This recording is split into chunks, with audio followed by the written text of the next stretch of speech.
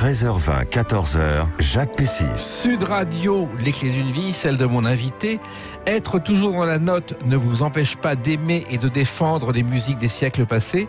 Louis XIV disait « Il n'y a plus de Pyrénées ». Aujourd'hui, vous pourriez dire « Nous avons un Pyrénées ». Bonjour André Manoukian. Bonjour Jacques. Si je dis ça, c'est parce qu'il y a un spectacle où le Pyrénées est très important. On en parlera tout à l'heure au Théâtre de l'Œuvre. Mais le principe de l'émission, c'est de vous raconter à travers des dates clés de votre carrière avant de passer à l'actualité d'aujourd'hui. Et la première date que j'ai trouvée, c'est le 5 octobre 1983, une télé sur un journal de France 3 Alpes, et on entend ceci.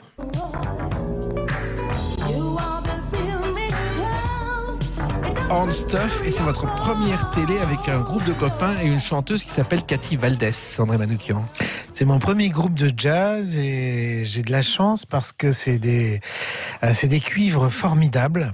Et du coup, on fait une musique entre Earth, Wind and Fire, entre, j'allais dire, des big bands. Je rencontre en fait un super trompettiste qui s'appelle Pierre Drevet, du côté de Grenoble. Et puis voilà, et quand je l'entends jouer, surtout quand il se met au piano et qu'il me fait des harmonies, je me dis, écoute, il faut qu'on fasse un groupe. Moi, je revenais de la Berklee School of Music. Et du coup, dans ce groupe-là, on va intégrer des chanteuses. Et ça va être aussi mes premiers émois avec le chant. Et alors, quand vous êtes musicien de jazz, vous avez les puristes qui défendent la musique instrumentale et vous avez les mélodistes comme moi qui disent mais finalement le chant c'est le plus bel instrument pour servir des mélodies, et je suis passé du côté féminin de la force et ma vie a changé. Oui, et d'ailleurs ce curieux, ce disque est passé à la radio avant même de sortir. Exactement. Alors j'ai un pote qui me dit tu devrais envoyer ta musique à André Francis, qui était Monsieur Jazz de France Inter, qui organisait aussi le festival d'Antibes à l'époque. C'est la voix d'André Francis qu'on entend et le jeune Tony Williams qui n'a que 18 ans, et maintenant John Coltrane et Miles Davis, quoi. C'était vraiment une des sommités du jazz. Je lui envoie une cassette à l'époque, et comme j'étais un peu jeune, je lui envoie une cassette sans rien, sans mettre mes coordonnées, sans rien du tout. Du coup, lui reçoit ça, il écoute, il trouve ça bien, il le programme. Il le passe immédiatement à l'antenne en disant « Je ne sais pas qui est ce mystérieux groupe, si ça se trouve c'est un canular ». Un autre producteur d'Inter entend ça et il décide de le passer le lendemain. Et là, j'ai un copain qui m'appelle le lendemain, me dit « Écoute, je crois qu'il passe ton groupe à la radio ». Moi, je ne sais pas possible. Et on était en 81, je crois que les radios libres n'existaient même pas. Il y avait 3-4 radios. J'appuie, j'entends ma musique, et avec le gars qui dit « Allez, on ne sait toujours pas qui est ce mystérieux groupe et cette mystérieuse chanteuse, si vous savez qui c'est, vous appelez 524 7000. Bref, c'est comme ça que toute cette affaire a commencé. Alors curieusement, au départ, vous venez d'une famille qui est dans le prêt-à-porter, mais votre père aimait beaucoup la musique et c'est ce qui vous a initié à la musique, André Manoukian. Il n'avait pas le choix, fils de réfugiés arméniens. Mes grands-parents sont arrivés en 1922. Et lui, il était doué pour l'école, mais voilà, à 12 ans, il a été obligé de travailler, et il disait, je veux pas être tailleur, je veux faire autre chose. Et l'instituteur, quand on l'a enlevé de l'école, était désolé en disant mais c'est le meilleur de la classe, c'est un crime que vous faites, etc. Mais mon grand-père s'occupait des rescapés, de la communauté, tout ça, et je crois que mon père lui en a toujours voulu. Et toute sa vie, ça a été un autodidacte. Et finalement, c'est ça qui m'a transmis aussi cet amour pour la culture des autodidactes, qui est un peu foutraque, un peu désorganisé, mais plein de passion. Alors, vous prenez des cours d'abord à l'église arménienne de Lyon, et puis il y a le collège-lycée Ampère, d'ailleurs, où Ampère a été élève aussi, comme Jacques Martin et comme Jean Amadou, et le bac avec la médecine au départ, André Manoukian. Ben voilà, encore une fois, mon père, qui avait été obligé de faire un métier qu'il voulait pas faire, disait, toi, tu vas avoir cette chance de faire tes études. La seule fois qu'il m'a parlé, c'est pour me dire, tu es habile de tes doigts, donc tu seras chirurgien. Et là, j'ai fait, oh putain. Et moi, j'étais beaucoup plus attiré par les matières littéraires, mais à l'époque, c'était un peu les classes poubelles, quoi. On les appelait encore les classes A. Du coup, j'ai passé un bac C, mais avec 5 en maths et 1 en sciences nat, grâce à la philo et aux langues. Et quand je me suis retrouvé en médecine au moment des partiels. J'ai dit, je peux pas continuer cette escroquerie. Donc, j'ai fait une grande introspection. Et je me disais, j'ai rentré chez moi pour dire à mon père que j'abandonne médecine, mais qu'est-ce que je vais faire de ma vie? Et tout d'un coup, un éclair, la musique. Alors, je vous dis pas comment il était joyeux quand je lui ai dit, papa, j'ai une bonne et une mauvaise nouvelle. La mauvaise nouvelle, c'est que je laisse tomber médecine. La bonne, c'est que je sais ce que je vais faire, je vais être musicien. Ouf! J'ai entendu des imprécations grecques, vous savez, les malédictions des Atrides ou tout ça. Ben voilà. Mon père, il savait faire ça. Ça a duré 1 heure. Et finalement, il a fini en me disant, tu finiras comme un saltimbanque à jouer pour un sandwich. Et cette phrase, tu finiras en jouant pour un sandwich, j'en ai fait mon connais-toi toi-même. Elle m'a marqué. Et finalement, c'est contre elle que je me suis construit. Et puis il y a quelqu'un qui a beaucoup compté dans votre vie, dans votre envie de faire de la musique, c'est celui-ci.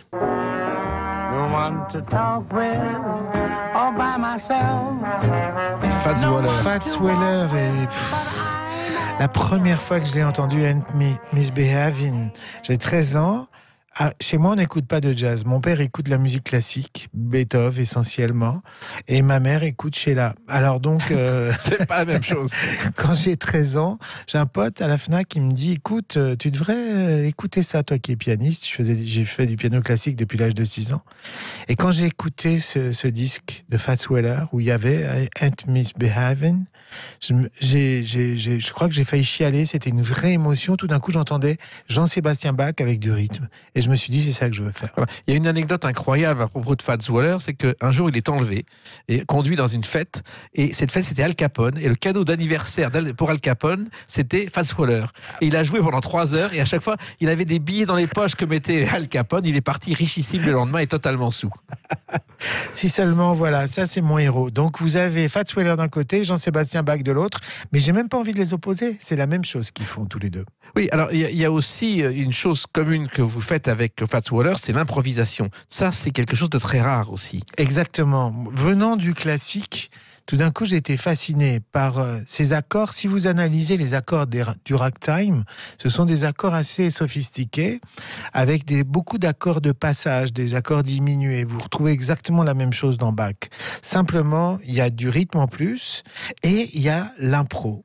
Et du coup, chaque fois qu'il y avait un pianiste qui venait au Hot Club de Lyon, j'étais lyonnais, j'allais le voir à la fin en lui disant, tu me filerais pas des cours, parce que j'avais un très bon niveau en classique. Mais je me dis, comment ils font pour improviser, pour jouer toutes ces notes de temps en temps en lisant des signes cabalistiques qui tenaient sur un ticket de métro, quoi, c'est-à-dire des grilles. Alors il y en avait qui étaient sympas, qui venaient chez moi me donner des cours, mais ils savaient pas expliquer. Jusqu'au jour où il y en a un qui m'a dit, bois un whisky. Et là j'ai dit, bon, je me suis tiré aux États-Unis. Et vous avez fait ensuite d'autres choses, on en parle avec une autre date, le 27 mars 2003. À tout de suite sur Sud Radio avec André Manoukian. Les clés d'une vie, 13h20, 14h, Jacques Pessis. Sud Radio, les clés d'une vie, celle de mon invité André Manoukian. Il y a ce spectacle ce soir au Théâtre de l'Œuvre, on va en reparler tout à l'heure. Mais là, je reviens à une date importante, 27 mars 2003. Je suis sûr que ça vous dit quelque chose. Et pour confirmer votre intuition, voici une mélodie, un générique. Oh là. C'est la première de la nouvelle star et vous passez André Manoukian de l'ombre à la lumière. Exactement. Et c'est Varda Cacon, on en parlait tout à l'heure, qui était une directrice artistique de BMG et qui m'appelle en disant, j'ai mis ton nom sur une liste, c'est pour un télécrochet sur M6. Et moi je dis, oh là là, mais pourquoi? Elle me dit, mais tu vas voir, non, c'est pas, on n'enferme pas les gens, c'est pas de la télé-réalité, on nous demande de faire une seule chose, c'est notre métier. Et me voilà convoqué chez Thomas Valentin, le patron d'M6, qui m'interviewe. Et là, qui m'interviewe, finalement, qui me caste.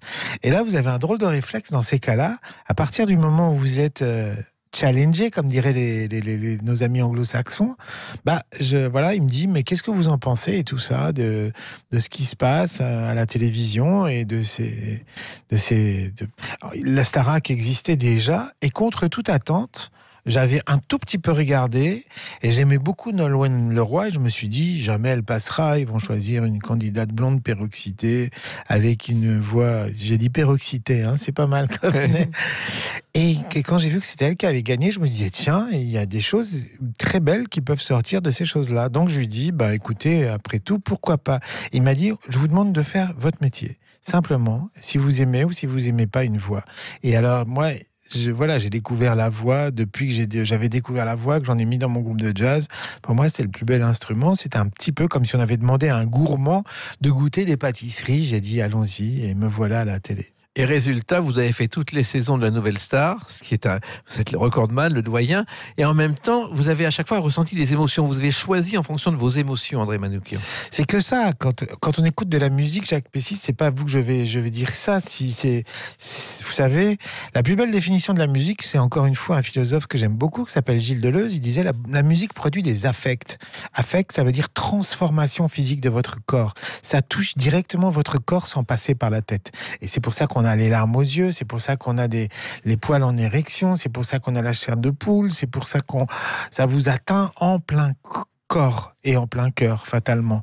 Donc, le seul critère valable, encore une fois aujourd'hui, c'est l'émotion. Même qu'on écoute n'importe quoi, un pianiste classique, il y a des émissions parfois qui vous font des challenges, vous savez, avec des versions symphoniques de la même œuvre et tout d'un coup, vous sentez un miracle, et puis l'autre version, qui est très appliquée, il se passe rien du tout. Et vous savez pas dire pourquoi. Et c'est pour ça que j'ai fait 12 saisons, parce qu'à la fin, je ne savais toujours pas dire.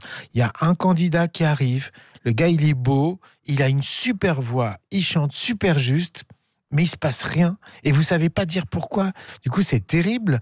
Le gars ne comprend pas. Et tout d'un coup, vous avez quelqu'un à côté qui ressemble à pas grand-chose, avec des failles, avec des fausses notes. Mais par contre, quand il ouvre la bouche, tout d'un coup, vous êtes saisi. Personne ne peut l'expliquer. Ni celui qui chante, ni celui qui écoute. Et heureusement, et je pense que la musique est un des derniers mystères dans nos sociétés déritualisées. Et la musique populaire, ça a commencé pour vous avec cette chanson, André Manoukian. Je t'écris des mots purs, j'ai gommé les... Au fur et à mesure, Liane Folly, et là, ça a été un immense succès, votre premier grand succès. Et ça a été une surprise pour vous, André Manoukian. Eh ben oui, quand on a proposé cette chanson, voilà, j'ai découvert Liane à Lyon. Je suis devenu son compositeur, son producteur, son amoureux, parce que c'est difficile de faire la part des choses quand vous vous êtes laissé embarquer par une voix, par du talent. Et puis c'est le fantasme du Pygmalion. Tout d'un coup, vous avez trouvé votre voix, vous avez trouvé votre amour, etc. Quand on a fait cette chanson-là, tout le monde nous a dit, toutes les radios ont dit, oh là là, vous êtes gonflés de nous présenter un truc comme ça. C'est beau, mais ça marchera jamais. Et en même temps que les radios ont dit ça, elles l'ont toutes passé, ce qui fait que la première semaine, cette chanson était numéro 1 dans les playlists de toutes les radios, quoi. 2 millions d'albums. Alors vous avez travaillé aussi pour d'autres personnes, et je crois, André Manoukian, que vous avez été le coach vocal de Janet Jackson. C'est une histoire qui est comique, disons-le carrément. C'était à l'époque d'un album qu'elle a sorti en 93-94, je ne me souviens plus. Et c'est cet album bleu où elle a les mains de son copain sur sa poitrine. Bref, et c'est son premier album qui cartonne dans le monde entier. Elle est numéro 1 dans tous les pays du monde, sauf en France, où elle est numéro 5. Et il y a le manager de Janet Jackson qui appelle tous les jours le patron de la maison de disques française, Emmanuel de Burtel, et qui l'insulte. Les Américains, ils sont comme ça. Elle est numéro 1 partout, il n'y a que chez toi, t'es gars nul. Enfin, mais vraiment, il y a une pression. Le rouleau compresseur américain, c'est pas une blague. Donc, il savait tellement plus quoi faire qu'il se dit, on va lui faire chanter une chanson en français. Et me voilà là-bas comme coach. Et j'avoue que le résultat est plutôt comique, mais elle a transpiré pendant 5 heures. J'ai entendu des médias. Elle m'a dit à la fin, André, are the French gonna laugh when they will hear me? André, t'es sûr que les Français ils vont pas éclater de rire quand ils vont m'entendre? Moi, je fais non. Tu me promets? Je fais ouais. Bon, bah, raté. Voilà, c'est raté. Bon. Et puis, il y a eu d'autres choses, parce qu'il y a eu la recherche de la nouvelle star, et puis vous avez été aussi juré de concours dans Shrek, numéro 2. C'est les Américains qui m'ont demandé en disant, voilà, parce que dans Shrek, il y avait un karaoké à la fin avec des juges, et ils ont choisi Simon Cowell, qui était le méchant, enfin un personnage emblématique aussi d'American Idol. Et du coup, c'est moi, ils ont voulu l'équivalent français, et c'est moi qui le double. Et voilà. Et finalement, bon, ça s'est plutôt bien passé. Mais ce film, la version originale de doublage, il y a Julie Andrews et John Cleese, qui ex-Monty Python, Mary Poppins et Julie Andrews, qui ont fait le doublage ensemble, ce qui est une première dans l'histoire du cinéma. C'est rare que deux stars se rencontrent comme ça. Incroyable, c'est vous qui m'apprenez ça. Alors, il y a aussi le cinéma, on en parle. Et le cinéma, vous avez fait plusieurs musiques de films, dont celle-ci, André Manoukian. On a tous quelque chose en nous de Tennessee. Film Jean-Philippe, un film, vous avez mêlé votre musique à celle des chansons de Johnny.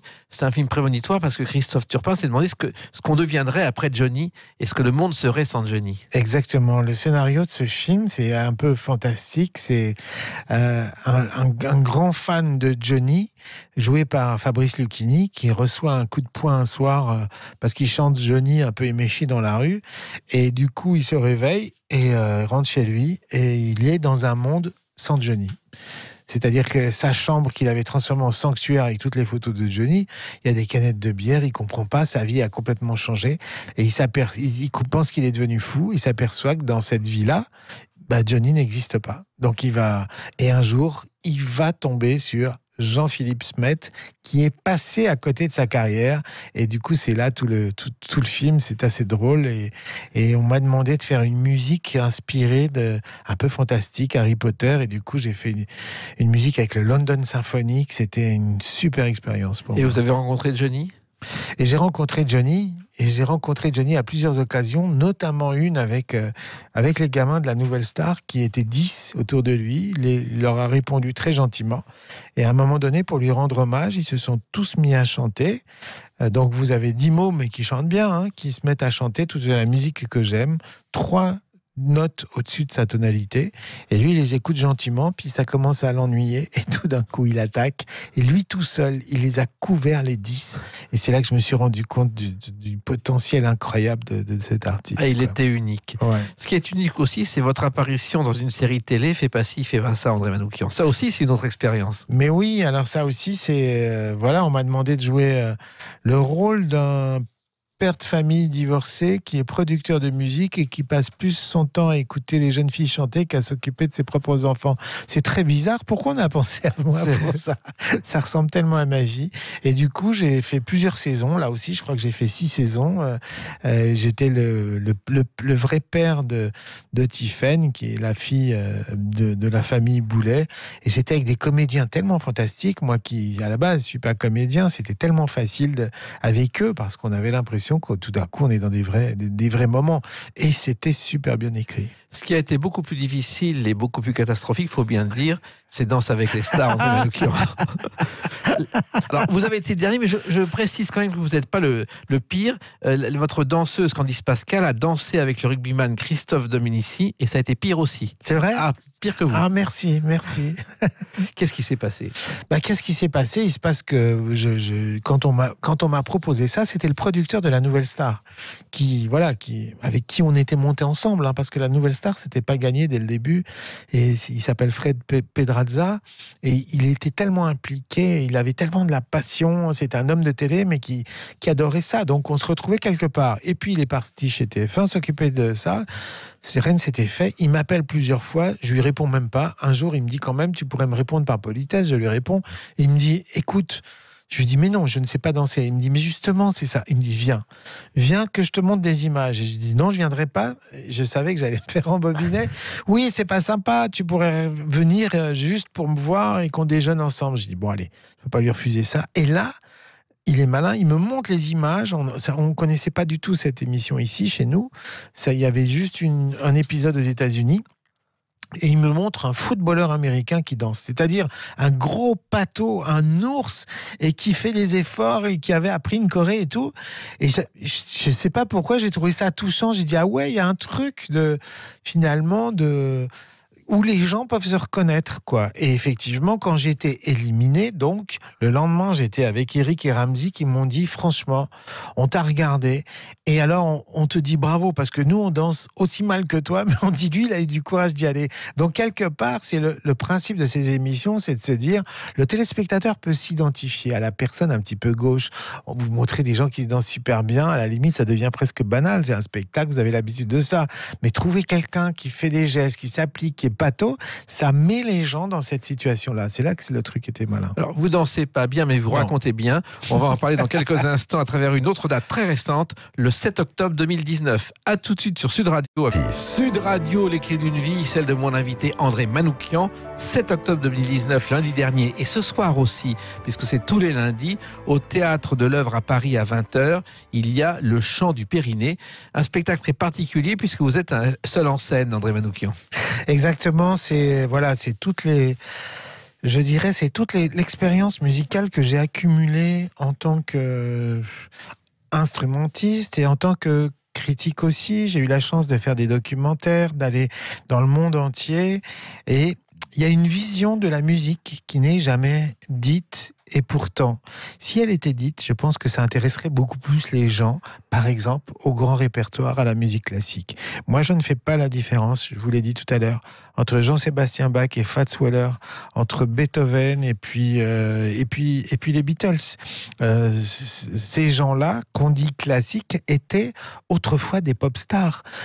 Quand Beethoven faisait des concerts de piano solo, 80% de son répertoire était improvisé. Sur quoi ? Sur des airs d'opéra, c'est-à-dire sur la musique pop de l'époque. Donc j'ai voulu raconter tout ça. J'ai voulu surtout dire que Bach était finalement, quand il écrit l'art de la fugue, c'est un traité d'improvisation. Je raconte la fois où Frédéric II, le roi de Prusse, l'appelle. Et l'autre, il fait un long voyage, c'est fatigant, et Frédéric II n'a qu'une envie de le jouer un thème qu'il vient de composer. Ce thème est complètement pourri, on dirait un chat qui marche sur un piano. Bach s'assied derrière le pianoforte et dit « Majesté, comme ce thème est beau », et il improvise dessus instantanément une fugue à 4 voix qui va devenir l'offrande musicale. Voilà, je raconte toutes ces anecdotes, et alors le titre est un petit peu bizarre, me direz-vous, le chant du Périnée. Oui. Eh bien, c'est que la bonne technique de chant veut que ça passe par là, ça démarre plutôt par contraction du périnée. Si vous chantez juste avec vos cordes vocales, vous tirez dessus, vous les abîmez et vous avez des nodules, comme c'est ce qui arrive à tous les chanteurs amateurs qui crient trop d'ici. L'idée, c'est de se tenir droit, de contracter le périnée, l'air monte dans le corps et beaucoup plus facilement, il va exciter les cordes vocales et puis ensuite il va créer une onde qui arrive jusqu'au tympan du pianiste qui envoie un signal dans le cerveau, et le cerveau envoie immédiatement une impulsion électrique sur la moustache du pianiste. Donc le vrai titre, ça devrait être du périnée de la chanteuse à la moustache du pianiste, mais j'ai pas osé. Mais je le raconte sur scène, voilà. Vous racontez Bach, effectivement. Bach qui compte beaucoup, je crois que c'est votre père qui vous a fait découvrir Bach. Exactement, il jouait les inventions de Bach, mais il les jouait mal, et ça c'est très important, c'est-à-dire en annonnant un peu, en déchiffrant. Et du coup, je me suis dit, non seulement ça m'a donné envie de les jouer, mais je me suis dit, c'est prenable, je peux y arriver. Et j'y suis arrivé. Le jour où j'y suis arrivé, mon père n'a pu jouer du piano. Alors que moi, j'ai dégoûté mes 3 gosses de la musique, parce qu'en faisant du jazz et des gammes toute la journée, ils entendaient un déluge de notes qu'ils ne pouvaient pas piger. Donc voilà. On apprend des tas de choses sur Bach grâce à vous, mais ce qu'on ne sait peut-être pas, c'est que c'était gargantua. Bach, il mangeait comme un fou, je ne sais pas si vous le savez.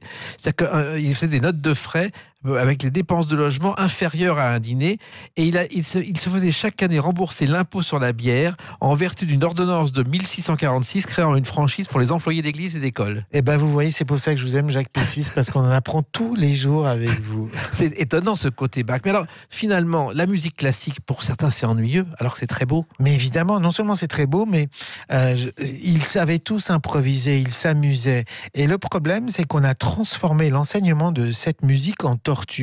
Apprendre un instrument à un gosse en lui faisant commencer par du solfège, mais c'est une aberration. La marche turque. Un non-sens. à la limite, on s'en fout, c'est un beau morceau, mais c'est comme si vous disiez à un bébé qui vient de naître, c'est comme si ses parents lui disaient « Tu n'as pas le droit de parler et je ne t'adresserai pas la parole tant que tu ne sauras pas lire et écrire. » C'est aussi débile que ça. La musique, ça passe par les oreilles. Moi, quand j'étais petit, j'ai fait du piano classique pendant des années, mais j'aimais bien jouer ce qui passait à la radio aussi. Travailler les oreilles. Donc, s'il y a des gosses qui nous entendent, le solfège, c'est très bien parce qu'on peut lire le répertoire des grands, mais faites marcher vos oreilles. Quand vous avez une mélodie qui vous plaît, essayez de la jouer tout seul en cherchant sur votre piano.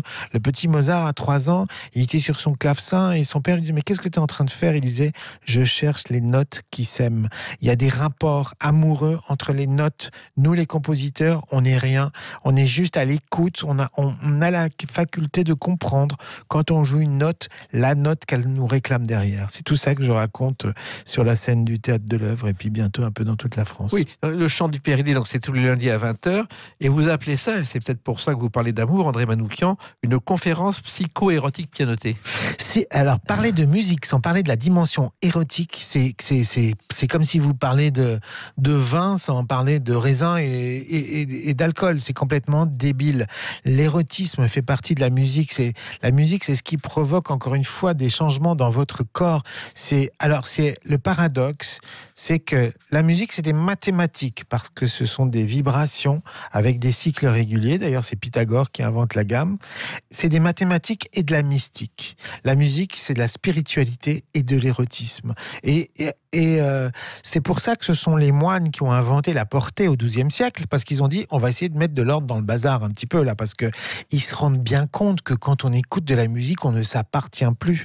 Donc la musique, elle est entre ces deux tendances. Je dirais la tendance spirituelle qui vous élève et qui vous fait entrevoir finalement peut-être un au-delà des choses fantastiques, et en même temps il y a cette sensualité. J'ai eu la chance d'avoir une super prof de piano, j'avais 11 ans, c'était une grosse dame à Lyon, elle s'appelait Madame Bellicard, et quand j'ai été chez elle, elle m'a dit joue-moi un morceau, je lui joue la toccata, et elle me dit arrête, tu vas casser mon piano. Alors je la regarde comme ça, elle me dit quand tu joues une note, c'est comme une balle qui rebondit. Et elle était gourmande, il y avait toujours des chocolats sur son piano. Et c'est elle qui m'a appris la sensualité de la musique. Jouer de la musique sans faire appel à de la sensualité, c'est horrible. Faites un autre métier à ce moment-là. Donc, ne pas transmettre cette passion et cette substance-là, c'est passer à côté du truc. Et donc, du coup, dire que, en même temps, moi qui suis un grand amoureux des chanteuses, que Mozart est amoureux des chanteuses, la Reine de la Nuit, il a écrite pour une fille. Bon, enfin, lui, il s'est fait un peu les trois frangines, mais c'est pas grave. Beethoven, pareil, amoureux fou, mais lui, il n'y arrivait pas. Donc, c'est aussi pour ça qu'il compose. Wagner, il va inventer la cadence non résolue parce qu'il n'y arrive pas avec une fille. Il dit, puisque j'arrive pas à conclure, je ne conclue pas ma cadence. Et faisant cela, il invente la musique de film. Et vous parlez des pianos sur lesquels on tape trop. C'était le cas de Brassens quand il arrive à Paris chez tante Antoinette se cacher pendant la guerre. Il tapait tellement fort sur le piano et sur le plancher que les voisins faisaient des pétitions pour expulser tante Antoinette. Et il est parti comme ça chez Jeanne. Il a bien fait de faire de la guitare. Alors, tout à fait. Alors, il y a aussi ce côté justement musique classique que vous faites, parce qu'on apprend des choses dans le classique. Vous remontez quand même 3000 ans avant Jésus-Christ, André Manoukian. Ah oui, avec le chant chez les Égyptiens. Ça m'a toujours fasciné, puisqu'on n'a aucune trace, on n'a aucune partition. Mais par contre, dans mes voyages, j'ai appris cette chose-là, c'est que dans une pyramide égyptienne, tous les jours, le prêtre venait et chantait à la momie du pharaon. Et qu'est-ce qu'il faisait ? En fait, il guidait le pharaon dans l'au-delà. Les croyances des Égyptiens, c'était que dans l'au-delà, nous attendaient 40 épreuves, au terme desquelles, si on s'en sortait, donc c'est les Égyptiens qui ont inventé le jeu vidéo, hein. Oui. Et on arrivait devant la déesse de la justice, et c'était l'ultime épreuve. Elle mettait votre âme sur un plateau de la balance. Si elle était plus lourde qu'une plume, vous étiez bouffé par un monstre. Mais le pharaon qui s'est fait assister toute sa vie, un gros feignant, il dit, moi, quand je suis là-haut, le prêtre, tu vas m'aider et tu vas me guider. Donc le chant du prêtre, c'était un chant sacré avec des formules magiques pour aider l'âme du pharaon, genre attention à gauche, attention à droite, oups, ici tu as une épreuve. Et tout d'un coup, le pharaon dit, mais si un jour tu viens plus, moi je suis largué là-haut dans l'espace, alors le prêtre dit au pharaon, et ben à ce moment-là, je vais écrire mon chant, je vais le graver sur la pierre de ton sarcophage. Hiéroglyphe, hiéro, sacré, glyphe, écriture. Du coup, la première écriture, c'est les formules magiques chantées du prêtre au pharaon. Et alors j'extrapole un peu en disant, finalement, ce sont donc les Égyptiens qui ont inventé le premier micro-sillon. Mais bon, on n'est pas loin de la vérité. On n'est pas loin de la vérité. C'est un chant gravé dans la pierre. Remarquez, il y a quand même quelques chanteuses qui sont momies, donc c'est assez logique. Alors, il y a aussi une chose étonnante, vous êtes musicien de jazz, là on parle de classique, et finalement, le jazz, c'est Bach qui l'a inventé, d'après vous. Mais évidemment, Bach, Beethoven, ils improvisaient tous. Mozart improvisait, Chopin était obligé de payer un gars pour qu'il s'assoie à côté de lui, pour qu'il note ce qu'il faisait, parce que comme il était un petit peu romantique et tête en l'air, une fois qu'il avait joué, il ne se rappelait plus. C'est quoi la composition ? C'est une improvisation qui est notée. Et donc tout d'un coup, à la fin du 19e siècle, il y a cette période, je dirais presque sombre dans l'histoire de l'humanité, parce qu'on académise tout, on fiche tout. Nos écoles de musique, on les appelle des conservatoires. C'est bizarre comme ça, comme nom, vous trouvez pas ? Oui. Qu'est-ce qu'on met en conserve ? En fait, c'est qu'on vient de se rendre compte que ce serait bien qu'on archive le patrimoine. Et du coup, les conservatoires vont se transformer en... Parce qu'avant, les conservatoires, quand même, il faut mettre ça à leur crédit, on ne joue pas la musique des morts. Donc tout le monde est oublié. Bach, il est oublié dès qu'il est mort. On ne le joue même pas 1 an ou 2 ans après. Il va falloir attendre 100 ans pour qu'on le redécouvre. Et pareil pour tout le monde. Au bout d'un moment, on se dit, ça serait bien d'aller chercher un petit peu ce que faisaient ces gars et de les archiver. Donc on va faire ça dans des conservatoires. Ce sont des messieurs qui font ça. Et qu'est-ce qu'ils font au passage ? Ils éradiquent toutes les femmes compositeurs. Si vous regardez des tableaux du 18e siècle, vous voyez quoi ? Souvent, il y a des instruments, mais les 3/4 des instrumentistes, ce sont des femmes. Et donc, comme elles improvisaient, vous n'allez pas me dire qu'elles ne composaient pas. Et dès qu'un archiviste du 19e trouvait une femme compositeur, c'est pas possible que ce soit une femme, genre on virait son nom, on mettait éventuellement le nom de son mari ou on attribuait ça à quelqu'un d'autre. Et c'est comme ça que les femmes compositrices ont été rayées du livre. Oui, ça va s'arranger aujourd'hui, je pense, grâce à la parité. Et il y a aussi quelqu'un dont vous parlez, c'est Robespierre. Ça, c'est étonnant. Alors, il faut savoir que Robespierre, à 15 ans, il a eu une chose étonnante. Il était dans un collège parisien, Stanislas, et il a fait un compliment pour Louis XVI. C'est assez drôle. Mais là, vous parlez d'autre chose. Alors là, je parle d'autre chose. Je parle du rapport entre la décapitation de Robespierre et la naissance du jazz. Et finalement, il y en a un énorme, c'est qu'à peine Robespierre décapité, on met fin à la terreur, en fait. Les Parisiens sont tellement heureux qu'ils sortent fous de joie et soulagés. Les jeunes envahissent le jardin des Tuileries et inventent une danse de punk, une danse de dingue. Et du coup, cette danse va s'appeler le quadrille des Tuileries. La bourgeoisie va récupérer cette danse, va l'exporter dans nos colonies, dont la Louisiane. Et voilà nos planteurs français qui dansent cette danse devant leurs esclaves africains qui sont pétés de rire, qui disent on n'avait jamais vu un truc aussi ridicule, et du coup qui décident de se moquer de leurs maîtres. Et les maîtres, ça les fait rire, et ils disent on va organiser une fête pour nos esclaves une fois par an, on va récompenser le couple le plus drôle en lui offrant un cake. Cette danse, le quadrille des Tuileries, va devenir le cake walk. Le cake walk va devenir un genre qui va revenir en Europe, puisque Debussy va en composer un. Et un jour, dans un bordel de la Nouvelle-Orléans, il y a un gars qui joue un cake walk, et ça ressemble furieusement à un ragtime. Ragtime, ça veut dire guenille, la danse des déguenillés.